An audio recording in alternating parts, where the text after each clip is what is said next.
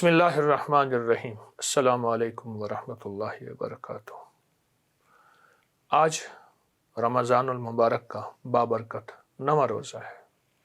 8 روزے الحمدللہ پورے کیے، سعادتیں پائیں، برکتیں پائیں اور انشاءاللہ قبول ہیں، دیکھیں، مومن دو چیزیں تلاش کرتا ہے، جو ایمان والا ہوتا ہے دو چیزیں تلاش کرتا ہے۔ پہلے سعادت تلاش کرتا ہے، پھر قبولیت تلاش کرتا ہے۔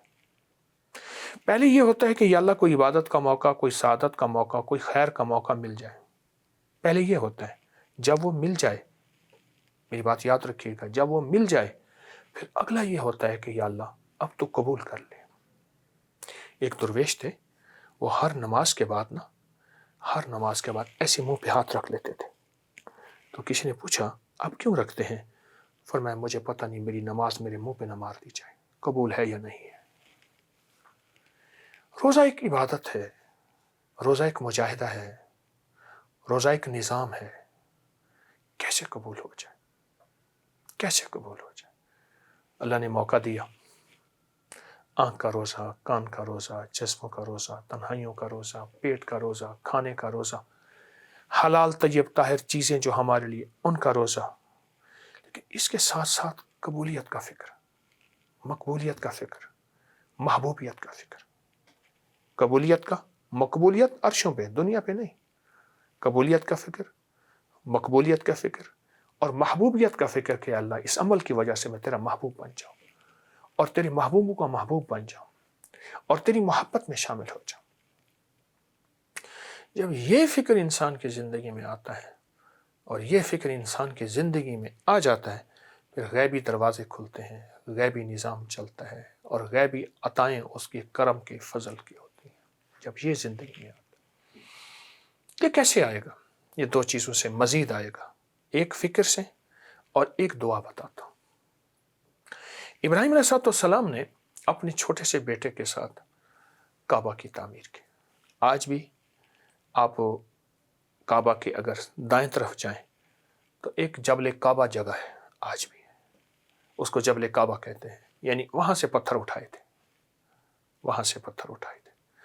اور وہ پتھر بیٹا دے رہا تھا، اور اللہ اپنی قدرت کاملہ سے، اللہ نے ابراہیم علیہ السلام جس پتھر پہ کھڑے ہو کے تعمیر کر رہے تھے، اللہ اس پتھر کو اونچا کر رہا تھا۔ جتنی دیوار اونچی جا رہی تھی پتھر بھی اونچا جا رہا تھا۔ آج بھی پاؤں مقام ابراہیم کے نام پہ موجود ہے۔ بڑی مشقت سے کعبہ بنایا، پانی نہیں، مشینیں نہیں، کچھ بھی نہیں، کعبہ کی تعمیر کی اللہ کے امر سے۔ جب یہ تعمیر کر لی نا، تو تعمیر کرنے کے بعد ایک دعا مانگی تھی۔ آج وہی دعا ہے جس کی بدولت دنیا کھچی حج روپے کا ہو جائے یا 100 روپے کا ہو جائے، عمرہ 5 روپے کا ہو جائے یا 5000 کا ہو جائے، دنیا کھچی وہاں جا رہی ہے اور قیامت تک جائے گی۔ وہ ایک دعا ہے، وہ ایک دعا ہے۔ روزے کے ساتھ اس دعا کو اپنی زندگی کا ساتھی بنائیں۔ چند بار پڑھ لیں، بار بار پڑھ لیں، نماز کے بعد پڑھ لیں، افطار کے وقت پڑھ لیں، سحر کے وقت پڑھ لیں، کسی لمحے پڑھ لیں، کسی وقت پڑھ لیں اس دعا کو۔ اور دعا کیا ہے؟ ربنا تقبل منا انک انت السمیع العلیم۔ یہ دعا ہے، ربنا تقبل منا انک انت السمیع۔ اس دعا میں دو چیزیں ہیں، میں جو تفسیر کی رو سے یہ بات روایت سے اور اس کی احتیاط سے بتا رہا ہوں۔ ایک اس دعا کے اندر منت ہے، اور دوسرا اپنا چھوٹا پن ظاہر کرنا ہے، تواضع ظاہر کرنا ہے۔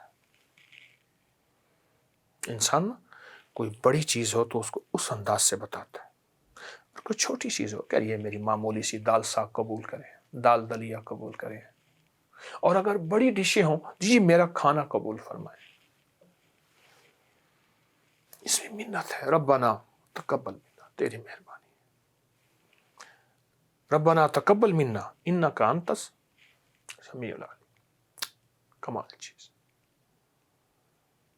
چیز، اپنے روزے کی قبولیت کا فکر، اپنے روزے کی محبوبیت کا فکر، اپنے روزے کی مقبولیت کا فکر، یہاں تک ہے اس دعا کے بارے میں اور میرے تجربات میں مسلسل ہے، جو شخص یہ دعا پڑھے گا ربنا تقبل منا انک انت السمیع العلیم، فرمایا وہ نعمت جس کے لیے پڑھے گا اللہ اس سے بھی نہیں چھینے گا، اگر زیادہ پڑھے گا اللہ اس کی نسلوں سے بھی نہیں چھینے گا۔ وہ نعمت کوئی بھی ہے، روزہ نعمت ہے، پھر روزہ نعمت مل گئی، پھر اس کی قبولیت کا فکر، یہ نعمت ہے کہ اس کا فکر، اس کے اندر فکر آ گئی کہ اللہ آپ قبول کر دے، ایسا نہ میرے منہ پہ نہ مار دیا جائے۔ یہ دعا پڑھنا، یہ قرآن پاک کی آیت ہے جو میں نے آپ کو بتائی ہے، اس دعا کو پڑھنا۔ افغانستان کا ایک بادشاہ گزرا ہے، مختصر بات بتاؤں گا۔ تو اس سے کسی نے پوچھا کہ آپ کے پاس اتنی نعمتیں، اتنی سعادتیں، اتنا سب کچھ کس لیے ہے؟ پر میں جب بھی کوئی چھوٹی سی چھوٹی نعمت بھی مجھے ملی ہے تو میں نے یہ دعا پڑھی ہے 3 بار، ربنا تقبل منا انک انت السمیع العلیم، ربنا تقبل۔ اس دعا کو پڑھا، کہا اللہ پاک کا نظام ہے، پھر اللہ نے مجھے جب لوٹایا ہے تو اس سے بڑی نعمت کر کے لوٹایا ہے، بڑی سعادت کر کے لوٹایا ہے، اور اس سے بڑی نعمتیں اور سعادتیں مجھے اللہ نے پھر عطا کی ہیں اس دعا کی برکت سے۔ یہ دعا اصل میں اس کی بارگاہ میں عمل کو قبول کراتی ہے، اگر نعمت ہے تو اس کو قبول کراتی ہے، اور دعا ہے اس کو قبول کراتی ہے، اس کریم کی عطا ہے اس کو قبول کراتی ہے۔ یہ دعا بہت طاقتور دعا ہے۔ اگر آج روزے قبول ہو گئے تو آپ خوش قسمت ہیں۔ کیسے خوش قسمت ہیں؟ اللہ پھر سے اگلے روزوں کی توفیق عطا فرمائے گا، پھر سے اگلی نعمتوں کی توفیق عطا فرمائے گا، پھر سے اگلی سعادتوں کی توفیق عطا فرمائے گا، اور صرف اگلی نہیں، نسلوں تک یہ سعادتیں، یہ نعمتیں، یہ عطائیں چلتی رہیں گی اس دعا کی برکت سے۔